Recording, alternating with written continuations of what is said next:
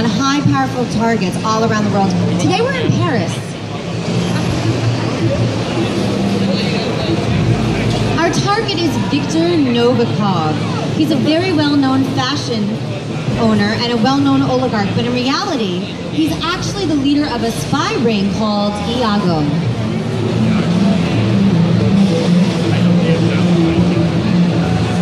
Now, Viktor Novikov is a very well-protected man, so anywhere he goes, he brings lots of security with him. He's got a personal bodyguard who will be following him around, and he's hired a local crew of security guards to keep tabs on everything that's happening at the fashion show. And here we are in Paris, outside the palace. This is a really large environment for you to explore. Before each and every mission in Hitman, you're going to get a briefing from your long-term handler, Diana, and be able to choose exactly what you want to take into the level with you. So you can choose a silenced pistol, a knife, a fully loaded assault rifle, extra ammo, explosives, different types of poison, lockpicks, so the choice is entirely up to you.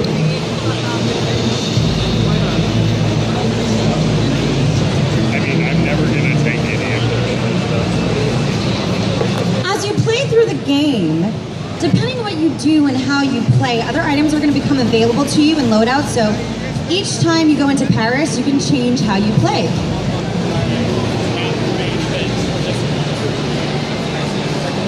So we've created the biggest levels ever in a Hitman game, and that gives us the ability to create characters that would act and react as you would in real life.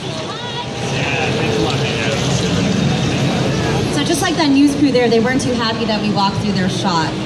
If you wanted to, you could have waited around, you could have listened to see if they had anything to say about our target.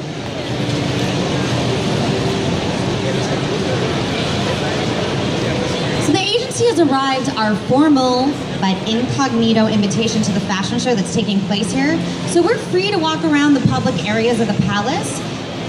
By day, the palace is an art gallery, but tonight we have a special event going on, and so with that, special restrictions do apply. So with any large-scale event, there are logistics areas with delivery trucks and staff carrying boxes, and those entrances like this, they're guarded to the public.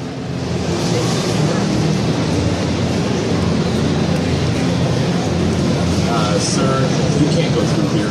Please turn around. We can't go in because we're wearing our suit, but we could hop over the fence or sneak around if we wanted to do that. You can also climb up drain pipes or go down to the basement, but in design terms, we want to think of the palace like Swiss cheese. There are lots of holes that you can go through with no real dead ends. But we don't have to sneak around secretly. We actually have an invitation to go inside the palace, so let's check it out and see what we find.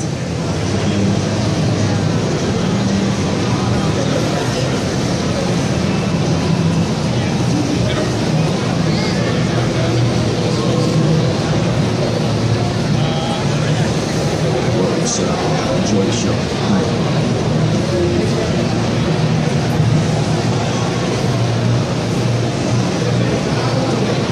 So right there, coming down the stairs, that's our main target.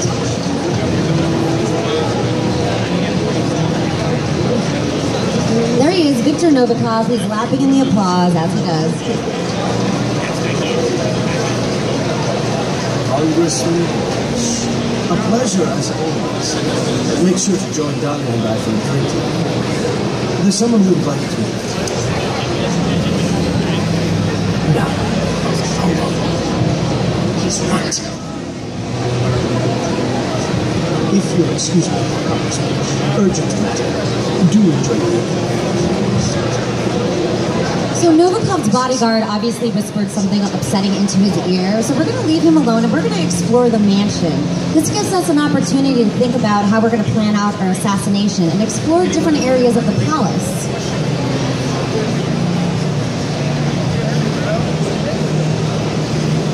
So we're going to see one way that we can go through, but you have access to all areas. You want to be listening to what people are saying. You want to listen to conversations and pick up clues and information that may help you on your mission. Well, shit. Still no answer.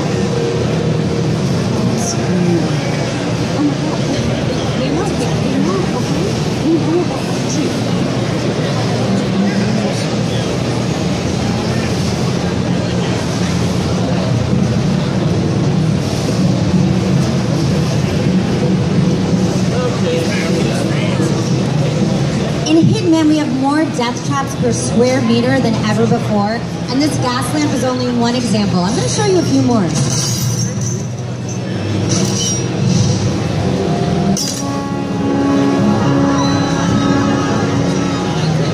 So you can see that the crowd system is back for Hitman, and on top of the crowd we have over 300 fully simulated NPCs populating the entire level. So they're all active at the same time, meaning anything you do on one level, it's going to have an impact on the other. So triggering the fire alarm, for instance, that's going to happen all over the mansion.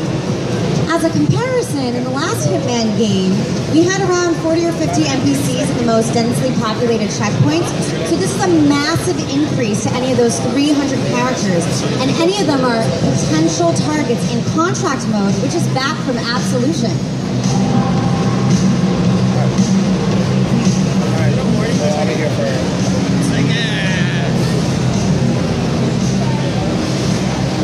Our focus today, though, is purely on Victor Novikov. So it looks like he's backstage having a little fight with the lead designer of the show. Don't be an asshole, Sebastian. Whether you like it or not, you are the star of this show, and you will act the part. Oh, no, no. I am not going up there. This line is a trap.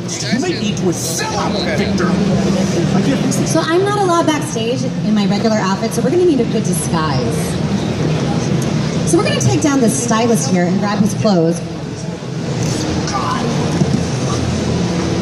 So you have complete freedom of approach of how you want to take somebody down, but you should definitely move the body so you don't alert the guards.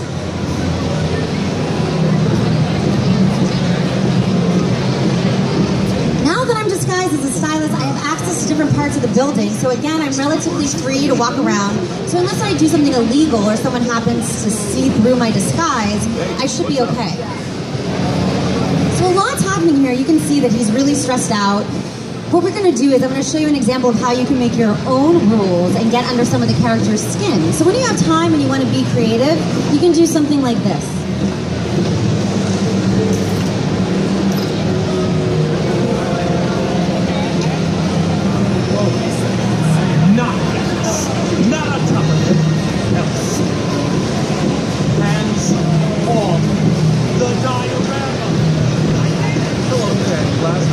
So what's great about Hitman is you get to create your own rules and you get to decide what you want to do.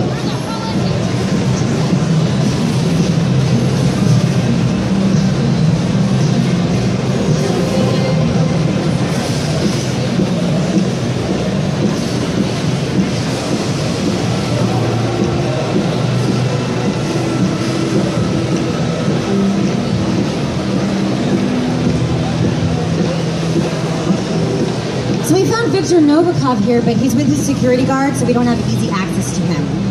We did notice a helicopter in the back garden, so let's step outside and check it out.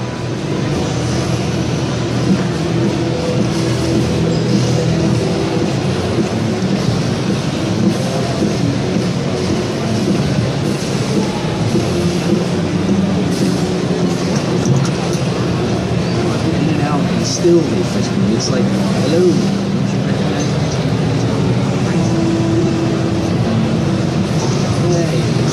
The little building to your left can be used to stash your weapons. You can pick it up anytime during the mission. This adds extra layers to the options that you already have.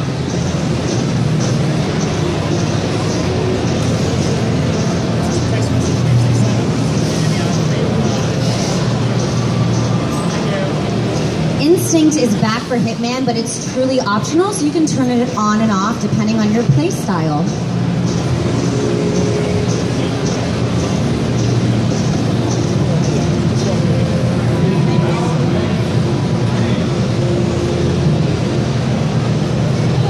Ahead a little bit in the interest of time, and we're going to go to the balcony of the palace. Now, anywhere that you can see, you can explore.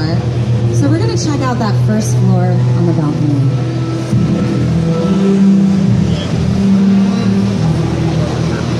Now, how we got up there and how we got the waiter outfit, it's going to stay a secret, but you're going to see a lot in this playthrough.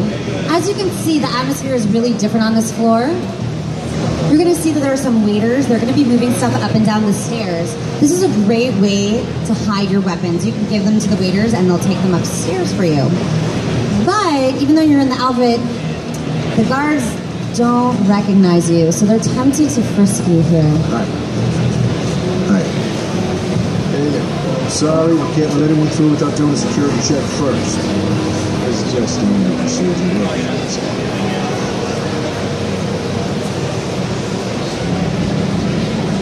Green light. Go ahead, sir. So yes, it is standard procedure, but because we have no weapons on us or anything suspicious, we're okay. So we're gonna go up to this floor. On this floor, this is where the people in the palace live by day. So you're gonna see there's a lot of rooms to explore and a lot of corridors to check out.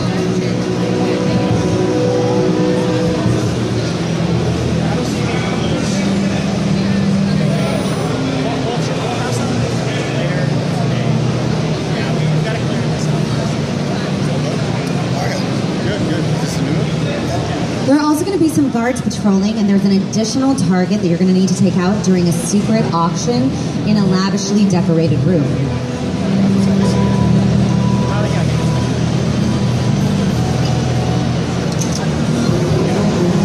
So quick look at 47 hiding the gun behind his back to keep it hidden from the guards. So let's talk a little bit about disguises. Right now you're disguised as a waiter, but that doesn't mean you have access into that area.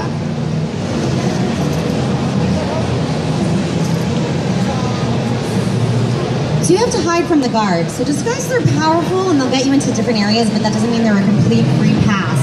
So as I mentioned before, there are some characters like the head of security and Novikov's bodyguard.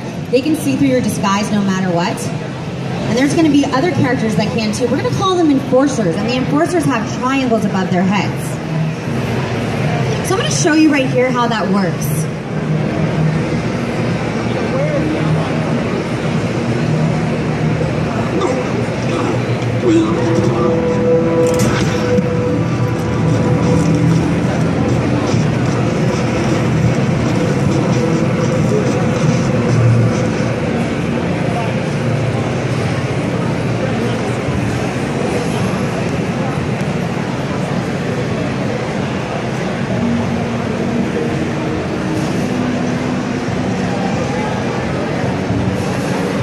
Yellow indicator on the guard in the background, and that appears because you're near a dead body in a crime zone. So if you get seen, NPCs will be suspicious of you. And as you move out of the crime zone, the yellow arrow can become white. So you can't have anyone see through your disguise. You have to avoid people.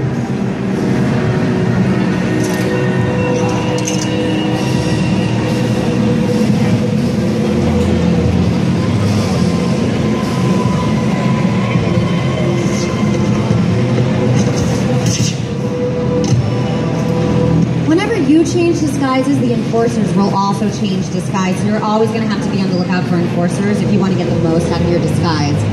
So up in this attic, there are a lot of possibilities of things to find to attack our target, but I'm not going to give too much away. But let's just say if you can figure it out, you can make a huge light rig above the fashion show, drop a Novikov as he takes the stage, maybe by himself, maybe not. So just giving you a little hint there.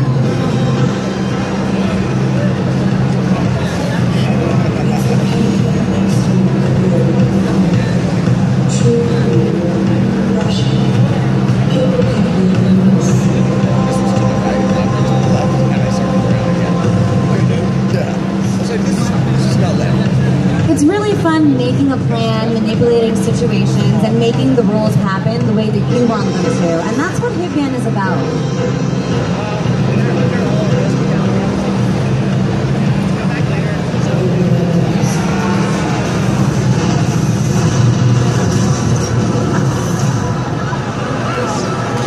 Thanks again for watching this demo of Hitman. We'll see you next time.